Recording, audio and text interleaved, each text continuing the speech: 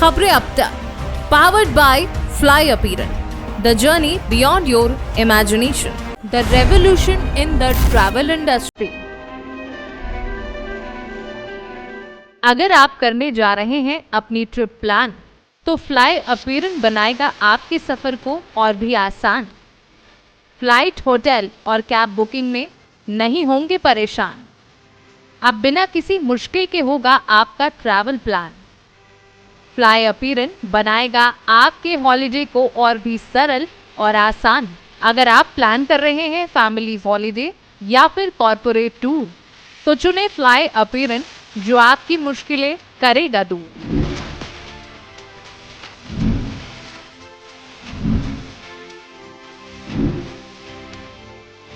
Fly appearance, the journey beyond your imagination.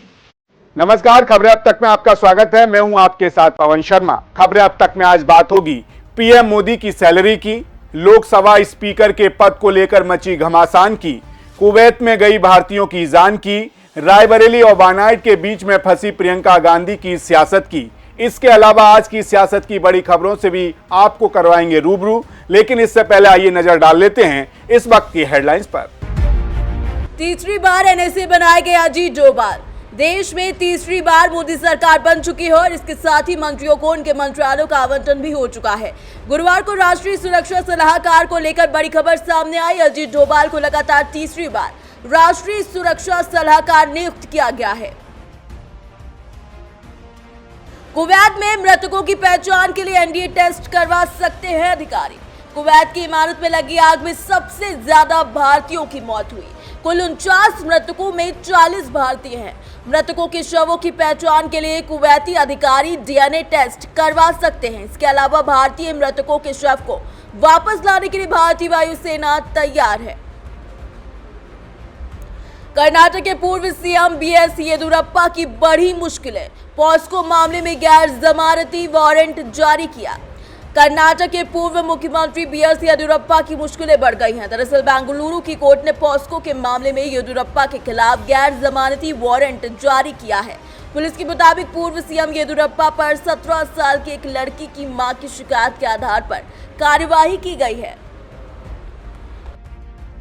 Jaish लश्कर ने तालिबान से किया अमेरिकी M16 M4 कार्बाइन का सौदा। कवच भेद रही चीन की स्टील बुलेट। सूत्रों ने बड़ा खुलासा करते हुए कहा कि जम्मू कश्मीर में मौजूद पाकिस्तान के आतंकी संगठन जैश ए मोहम्मद और लश्कर ए तैयबा ने अफगानिस्तान में तालिबान के कब्जे वाली अमेरिकन M16 M4 कार्बाइन का सौदा किया है। शेयर बाजार लगातार दूसरे दिन हरे निशान पर बंद। सेंसेक्स 204 अंक चढ़ा, निफ्टी 23,400 के पार।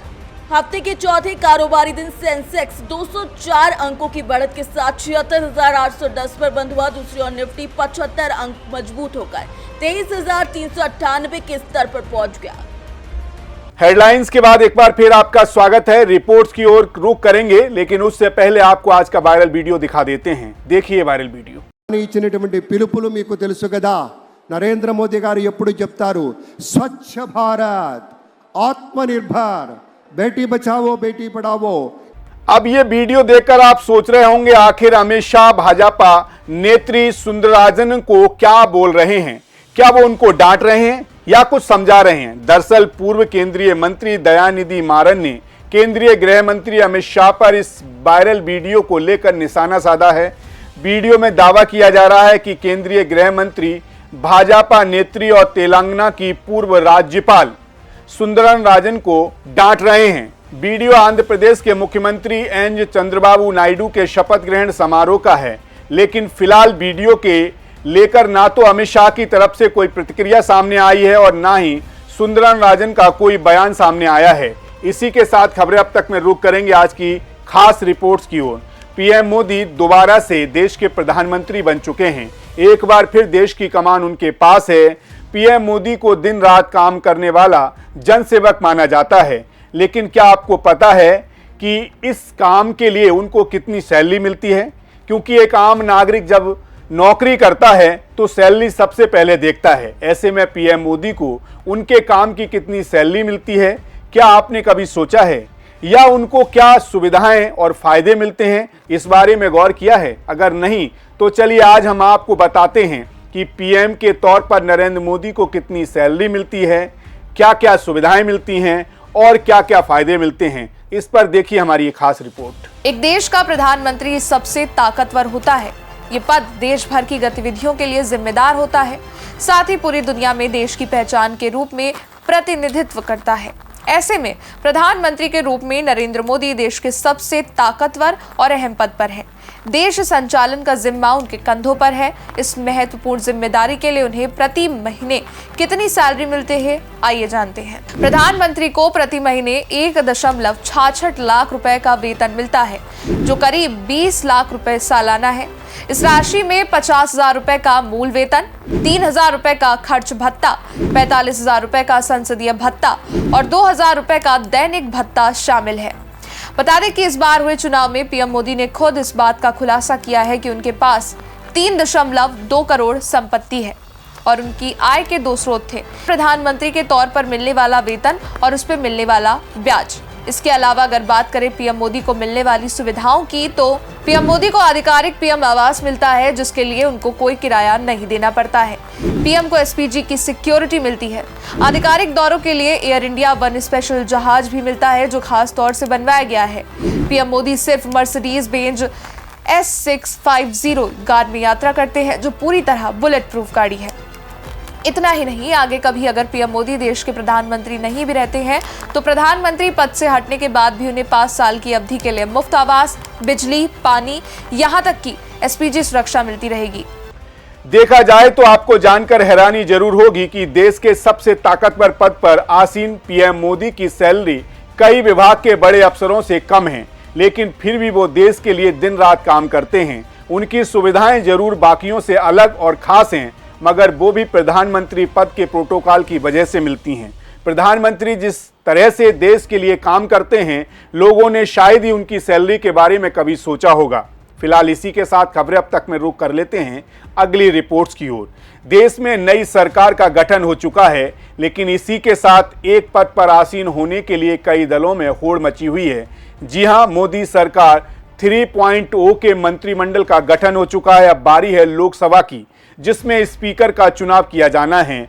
और खबर यह मिल रही है कि भारतीय जनता पार्टी के एनडीए में सहयोगी तेलुगु देशम पार्टी यानी कि टीडीपी और जनता दल यूनाइटेड यानी कि जेडीयू की नज़र स्पीकर पद पर है। दोनों चाहते हैं कि स्पीकर उनकी पार्टी से कोई बनाया जाए। अब आप सोच रहे होंगे आखिर ऐसा क्यों, तो आपको बता दें कि ये गठबंधन सरकार में बहुत से फैसले ऐसे होते हैं जिसमें स्पीकर की भूमिका महत्वपूर्ण हो जाती है और उनके विशेषाधिकार का काम आते हैं।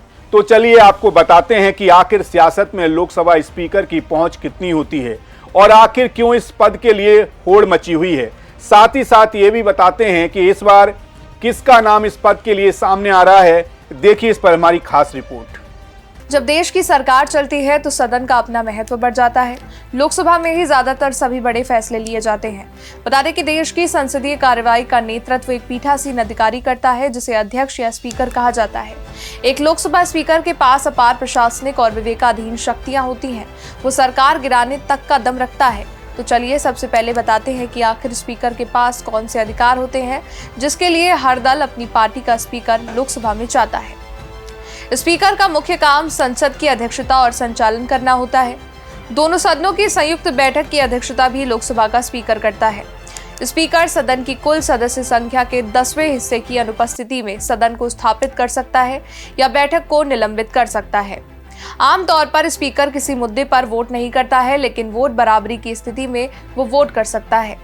विश्वास मत प्रस्ताव में एक वोट भी काफी अहम हो जाता है। दल बदल के आधार पर पैदा होने वाले लोकसभा सदस्य की अयोग्यता के विवाद पर अंतिम फैसला स्पीकर लेता है। सदन की समितियां अध्यक्ष द्वारा गठित की जाती हैं और अध्यक्ष के निर्देशन में ही उनका काम होता है। कुल मिलाकर स्पीकर को सदन, उसकी समितियों और सदस्यों के अधिकारों और विशेष अधिकारों का संरक्षक माना जाता है।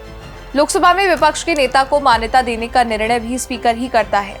वहीं अगर बात करें कि स्पीकर का चुनाव कैसे किया जाता है, तो संविधान कहता है स्पीकर को सदन का सदस्य होना चाहिए। आमतौर पर स्पीकर सत्तारूढ़ दल का ही कोई सदस्य बनता है, क्योंकि उसके पास बहुमत होता है। सदन अपने पीठासीन अधिकारी का चुनाव मौजूद सदस्यों के साधारण बहुमत से करता है। ऐसे भी उदाहरण है कि जब स्पीकर सत्ताधारी दल के किसी सहयोगी पार्टी से बना हो। इसी के साथ चलिए अब आपको वो नाम भी बता देते हैं जिसका नाम स्पीकर पद के लिए सबसे आगे है। बताया जा रहा है वैसे तो एनडीए की सबसे बड़ी पार्टी होने के नाते भाजपा खुद अपना स्पीकर बनाना चाहती है, तो दूसरी तरफ गठबंधन की सहयोगी चंद्रबाबू नायडू की पार्टी टीडीपी और नीतीश कुमार की पार्टी जेडीयू भी स्पीकर की कुर्सी पर दावा ठोक रही है। सियासी गलियारों में लोकसभा स्पीकर को लेकर तमाम नाम चर्चा में है। इसमें भाजपा नेता डी पुरंदेश्वरी का नाम सबसे आगे है। भाजपा राजमुंदरी से जीत कर आई पुरंदेश्वरी को स्पीकर बनाकर एक तीर से 2 निशाना साधने की तैयारी में है। पुरंदेश्वरी की खास बात यह है कि वो 5 भाषाएं लिख पढ़ और बोल लेती हैं। उनको हिंदी, अंग्रेजी, तमिल, तेलुगु और फ्रेंच की जानकारी है। वो कुचिपुड़ी में भी दक्ष हैं। इतना ही नहीं, उनको दक्षिण की सुषमा स्वराज भी कहा जाता है। दिलचस्प बात यह है कि पुरंदेश्वरी देवी स्पीकर की कुर्सी पर दावा कर रहे हैं टीडीपी के मुखिया एन चंद्रबाबू नायडू की साली हैं। उनकी बहन नारा भुवनेश्वरी से चंद्रबाबू नायडू की शादी हुई है। अगर भाजपा स्पीकर की कुर्सी के लिए पुरंदेश्वरी का नाम आगे करती है तो इस बात की ज्यादा संभावना है कि नायडू इसका विरोध नहीं करेंगे। देखा जाए तो अगर सियासी इतिहास के पन्ने पलटे जाएं तो स्पीकर के मामले में हमेशा अटल बिहारी वाजपेयी सरकार के गिरने का वो वाकया याद आ जाता है जिसमें स्पीकर जीएमसी वालियोगी ने एक ऐसा फैसला किया था जिससे एक वोट के चक्कर में भारतीय जनता पार्टी की सरकार गिर गई थी। जीएमसी वालियोगी टीडीपी के खाते से स्पीकर बने थे। फिलहाल ये बात आपको समझ आ गई होगी कि संसद में स्पीकर का पद कितना पावरफुल होता है। लोकसभा संचालन से लेकर सांसदों की सदस्यता का फैसला स्पीकर ही करता है। ऐसे में भारतीय जनता पार्टी इतनी भी कमजोर नहीं हुई कि दूसरे दलों के सामने घुटने टेक दे। इसीलिए भारतीय जनता पार्टी न केवल अपना स्पीकर बनाएगी बल्कि दूसरे दलों को सहमत भी कर लेगी। इसी के साथ खबरें अब तक में रुक कर लेते हैं अगली रिपोर्ट्स की ओर। मिडिल ईस्ट के देश कुवैत में 40 भारतीय मजदूरों की मौत से हर कोई हैरान और दुखी है। बीते दिन कुवैत के मंगाफ में एक बिल्डिंग में भीषण आग लग गई और इस आग की चपेट में 40 भारतीय मजदूर आ गए जिससे उनकी जान चली गई। ज्यादातर मजदूर तमिलनाडु और केरल के रहने वाले थे। भारत सरकार ने इस मामले को गंभीरता से लिया है और पीड़ित के परिवारों को 2-2 लाख रुपए की आर्थिक सहायता देने का ऐलान भी कर दिया है। वहीं कुवैत में जो आग की घटना हुई है उससे हर कोई हैरान है, लेकिन हमें ये नहीं भूलना चाहिए कि मिडिल ईस्ट के देशों में भारतीय लोगों की स्थिति काफ़ी खराब है। खास तौर पर जो मजदूर हैं वो सिर्फ पैसों के लालच में कुवैत और दूसरे देशों में जाकर बसते हैं, लेकिन वहाँ पर काफ़ी बदतर हालत देखने को मिलती है या यूँ कहें बहुत ख़राब हालत देखने को मिलती है। अपने परिवार के भरण पोषण के लिए अपनी जान जोखिम में डालकर दूसरे देशों में पलायन करने को मजबूर होते हैं हमारे देश के मजदूर।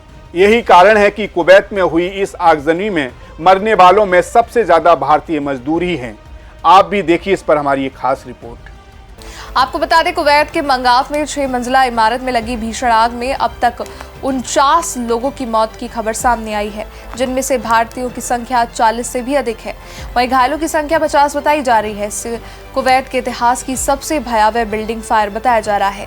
बता दें ये आग प्रवासी मजदूरों की एक रिहायशी बिल्डिंग में बुधवार तड़के उस वक्त लगी जब अधिकतर लोग सो रहे थे। इस बिल्डिंग में कुल 196 लोग रहते थे जिन्हें आग लगने के बाद संभालने का मौका भी नहीं मिला। वहीं अधिकतर लोगों की दम घुटने से मौत हो गई, तो कुछ लोगों ने जान बचाने के लिए अपनी अपनी मंजिलों से छलांग लगाई। इस अग्निकांड को लेकर कुवैत से लेकर भारत में सनसनी मची है। कुवैत सरकार ने इस घटना में एक्शन लेते हुए लापरवाही को जिम्मेदार ठहराते हुए बिल्डिंग मालिक और अन्य लोगों की गिरफ्तारी के आदेश दिए हैं। सरकार ने इस आग को लालच का नतीजा बताया है। दरअसल दक्षिणी कुवैत के मंगाफ में एनबीटीसी ग्रुप ने इस बिल्डिंग को किराए पर लिया था। कंपनी ने अपने यहाँ काम करने वाले मजदूरों का इस बिल्डिंग में रहने का इंतजाम किया था। बिल्डिंग में कुल 196 लोग रह रहे थे, जो कि क्षमता से बहुत अधिक था। बताया जा रहा है मजदूरों को ठूस कर इस बिल्डिंग में रहने को मजबूर किया जा रहा था। वहीं आगजनी में अधिकतर पीड़ित जल गए। कुछ शव इस कदर जल गए हैं कि उनकी पहचान करना मुश्किल है। पीड़ितों की पहचान के लिए डीएनए जांच चल रही है। जैसे ही शवों की पहचान हो जाएगी, उनके परिजनों को सूचित कर शवों को भारतीय वायुसेना के विमान से स्वदेश लाया जाएगा। इस घटना के बाद विदेश राज्य मंत्री कीर्तिवर्धन कुवैत गए हैं। जाहिर है कुवैत की अर्थव्यवस्था बड़े पैमाने पर विदेशी कामगारों पर निर्भर करती है, जो बड़ी संख्या में कंस्ट्रक्ट यानी कि मकान बनाने के लिए काम आते हैं, या यूं कहें सड़क बनाना हो या इंफ्रा का कुछ भी काम हो जो कि मजदूरों पर डिपेंड होता है। कुवैत में बड़ी संख्या में भारतीय रहते हैं। आंकड़ों के मुताबिक लगभग 10 लाख भारतीय इस समय कुवैत में रह रहे हैं। इनमें एक बड़ी संख्या मजदूर, engineers, doctor, chartered accountant, software expert और टेक्नीशियन की है। वहीं इस आगजनी की घटना को कुवैत के इतिहास की सबसे भीषण आग बताया जा रहा है। इससे पहले 2009 में कुवैत के एक महिला ने प्रतिशोध के इरादे से एक शादी समारोह में आग लगा दी थी, जिसमें 57 लोगों की मौत हो गई थी। फिलहाल वक्त है अगली रिपोर्ट्स की ओर बढ़ने का। लोकसभा चुनाव खत्म हो गया है और इस बार के चुनाव में कांग्रेस ने समाजवादी के साथ मिलकर अच्छा प्रदर्शन भी किया है, जिसको लेकर कांग्रेस पार्टी काफी उत्साहित है। लेकिन राहुल गांधी फिर भी परेशान हैं। जी हां, रायबरेली और वायनाड में से किसी एक सीट को चुनने को लेकर राहुल गांधी धर्म संकट में फंस गए हैं। उनको समझ नहीं आ रहा है कि किस सीट पर को चुनें, किस सीट को रखें, किसको छोड़ दें। हालांकि बीते दिन वायनाड की रैली में उन्होंने इशारों ही इशारों में अपने मन की बात सबको बता दी और माना जा रहा है कि राहुल गांधी वायनाड सीट छोड़ देंगे और रायबरेली से सांसद बने रहेंगे। तो वहीं वायनाड से प्रियंका गांधी को मैदान में उतारा जा सकता है। अब इस बात में कितनी सच्चाई है, आइए जानते हैं। क्या राहुल गांधी की दुविधा खत्म हो गई, जिसका जिक्र उन्होंने खुद वायनाड में किया था। आम जनता को धन्यवाद करने पहुंचे राहुल ने वायनाड में कहा था वो इस बात को लेकर दुविधा में हैं कि किस सीट से सांसद बन रहे हैं। बता दें, इस बार राहुल गांधी केरल के वायनाड के साथ साथ यूपी की रायबरेली सीट से भी चुने गए हैं। ऐसे में रायबरेली और वायनाड में से किसी एक सीट को चुनने को लेकर राहुल गांधी धर्म संकट में हैं। जब वे संकट में थे तब वायनाड के लोगों ने उनका साथ दिया। पिछले लोकसभा चुनाव में वे अमेठी से हार गए थे। इस हार ने राहुल गांधी का मनोबल तोड़ दिया था, लेकिन वायनाड से मिली जीत ने उन्हें एक बार फिर से हौसला दिया। वहीं वायनाड की रैली में ही उन्होंने इशारों में अपनी मन की भी बात कह दी थी। उन्होंने कहा, आप लोगों ने मुझे परिवार के सदस्य की तरह प्यार दिया, मैं आप लोगों के प्रेम को जिंदगी भर याद रखूंगा। राहुल गांधी के इस बयान से वायनाड को गुड बाय कहने के संकेत मिल रहे हैं। ऐसा लग रहा है कि वे रायबरेली से ही सांसद बने रहना चाहते। कहा जा रहा है कि उनकी मां सोनिया गांधी भी ऐसा ही चाहती हैं, जो यहां से कई बार सांसद रहीं। उन्होंने तो रायबरेली के लोगों से भी कहा था कि अब राहुल आपके हवाले है और रायबरेली शुरू से ही गांधी परिवार का गढ़ माना जाता है। ऐसे में कांग्रेस के लिए ये सीट छोड़ना आसान नहीं होगा, इसलिए ऐसा माना जा रहा है कि राहुल गांधी वायनाड सीट छोड़ देंगे। उनका इस्तीफा देने के बाद इस लोकसभा सीट पर उपचुनाव होगा और खबरें हैं कि प्रियंका गांधी वायनाड से चुनाव लड़ सकती हैं।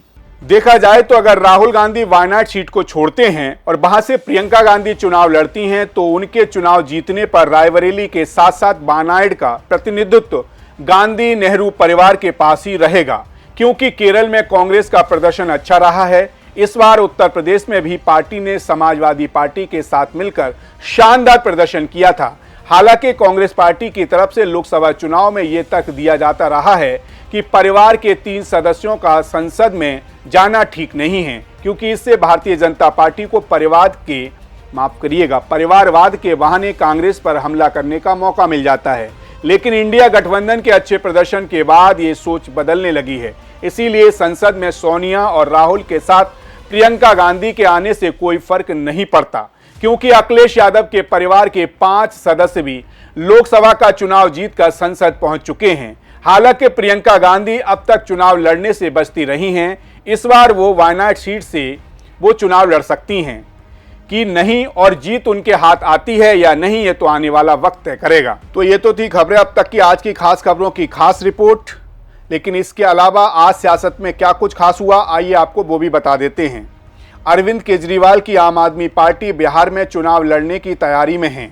ऐसे में आज आप के राज्यसभा सांसद संजय सिंह ने स्पष्ट कहा कि बिहार में हमारी पार्टी आगामी विधानसभा चुनाव लड़ने की तैयारी कर रही है, ताकि आगामी चुनाव के बाद अरविंद केजरीवाल के द्वारा दिल्ली में दिए जा रहे गुड गवर्नेंस का लाभ बिहार को भी मिल सके। वहीं आज प्रधानमंत्री नरेंद्र मोदी ने राष्ट्रीय सुरक्षा सलाहकार अजीत डोभाल और अन्य अधिकारियों के साथ जम्मू कश्मीर की स्थिति की समीक्षा की। प्रधानमंत्री ने उनसे आतंकवाद रोधी क्षमताओं का पूरा इस्तेमाल करने को कहा और केंद्रीय गृह मंत्री अमित शाह ने भी फोन पर बात की व आतंकवाद रोधी अभियानों पर चर्चा की। इसके अलावा नेट परीक्षा परिणाम विवाद में प्रधानमंत्री नरेंद्र मोदी की चुप्पी को लेकर कांग्रेस ने बीजेपी पर तंज कसा। लोकसभा में भारतीय राष्ट्रीय कांग्रेस के उपनेता गौरव ने एक प्रेस कॉन्फ्रेंस आयोजित कर नेट परीक्षा मुद्दे पर जवाब नहीं देने के लिए प्रधानमंत्री की आलोचना की। इन सब के अलावा केंद्रीय मंत्री और भारतीय जनता पार्टी के नेता नितिन गडकरी गुरुवार को भारतीय जनता पार्टी के वरिष्ठ नेता लालकृष्ण आडवाणी के आवास पर पहुंचे। यहां उन्होंने पूर्व उप प्रधानमंत्री आडवाणी से मुलाकात की। मुलाकात का वीडियो भी सोशल मीडिया पर शेयर किया। वहीं भारतीय जनता पार्टी के आईटी सेल प्रमुख अमित मालवीय इन दिनों कोलकाता के वकील के खिलाफ हमलावर हैं। इस बीच उन्होंने कहा कि तृणमूल कांग्रेस उन्हें पश्चिम बंगाल के बाहर करने का प्रयास कर रही है। उनकी योजना सफल नहीं होने वाली है। आपको बता दें, एक दिन पहले ही मालवीय ने वकील शांतनु सिन्हा के खिलाफ मानहानि का मामला दर्ज कराने की बात कही थी। इसके अलावा बात करें महाराष्ट्र की राजनीति की, तो महाराष्ट्र नवनिर्माण सेना मनसे प्रमुख राज ठाकरे ने गुरुवार को पार्टी कार्यकर्ताओं से कहा कि वो आगामी महाराष्ट्र विधानसभा चुनाव में 288 सीटों में से 225 से 250 सीटों पर चुनाव लड़ने के लिए तैयार करें। वहीं 2011 बैच के आईएएस अभिषेक सिंह राजनीति में उतरने की तैयारी में थे, जिसके कारण उन्होंने साल 2023 के अक्टूबर महीने में ही इस्तीफा दे दिया था। लेकिन राजनीति में सही एंट्री न मिलने के बाद वो फिर से नौकरी में वापस आना चाहते हैं, लेकिन उनके इस मंसूबे पर अब योगी सरकार ने रोक लगा दी है। इन्हीं खबरों के साथ आपसे मांगेंगे इजाजत, लेकिन जाते जाते आपसे खास बात जरूर करेंगे। आजकल नीट परीक्षा का मुद्दा उछला हुआ है। गौर फरमाएंगे तो शायद जो हमें लग रहा है वही आपको भी लगेगा। आज से कुछ साल पहले तक जो युवा प्रतियोगी परीक्षा की तैयारी करते थे वो सिर्फ तैयारी करते थे, लेकिन आज तो हर परीक्षा के बाद युवाओं को धांधली का डर सताता है। वो सोचते हैं कि कहीं ऐसा ना हो कि परीक्षा में उनके साथ बेईमानी हो, कहीं ऐसा ना हो कि उनको अपना अधिकार मांगना पड़े और सड़कों पर उतरना पड़े। अब डॉक्टरी की प्रवेश परीक्षा नीट में धांधली, मक्कारी और पेपर लीक से लाखों परिवारों का सपना टूटने के साथ ही एनडीए और सरकार की साख को भी भारी धक्का लगा है। वहीं कोचिंग माफिया धनबल के बढ़ते प्रभाव से परीक्षाओं में धांधली की वजह से शिक्षा के साथ नौकरियों की गुणवत्ता गिरने से भारत में शिक्षा में अराजकता बढ़ रही है। बड़ी शर्मनाक बात है हमारे लिए कि स्मार्ट सिटी की बात करने वाले हमारे देश में शिक्षा के नाम पर खिलवाड़ हो रहा है। केवल जांच की बात करी जाती है, फिर सालों तक एक परीक्षा के परिणाम के लिए इंतजार करना पड़ता है। पुलिस और सीबीआई न जाने कौन कौन सी लंबी जांचें पीड़ित बच्चों का भविष्य अंधेरी सुरंग के हवाले हो जाता है। सोचिए, पेपर लीक हुआ है तो क्या पूरी परीक्षा रद्द नहीं होनी चाहिए? लेकिन क्या परीक्षा रद्द होने पर बाकी निर्दोष छात्रों के साथ ज्यादती नहीं होगी? इन विवादों के चक्रव्यूह में आज का युवा केवल उलझकर रह गया है। ऐसे में जरूरी है कि सरकार पेपर लीक के मामले पर अब गौर फरमाए। वहीं इसी के साथ मुझे दीजिए इजाजत और जाते जाते हम आपको छोड़ जाते हैं आज के सुविचार के साथ। अंधेरे से मत डरो, सितारे अंधेरे में ही चमकते हैं।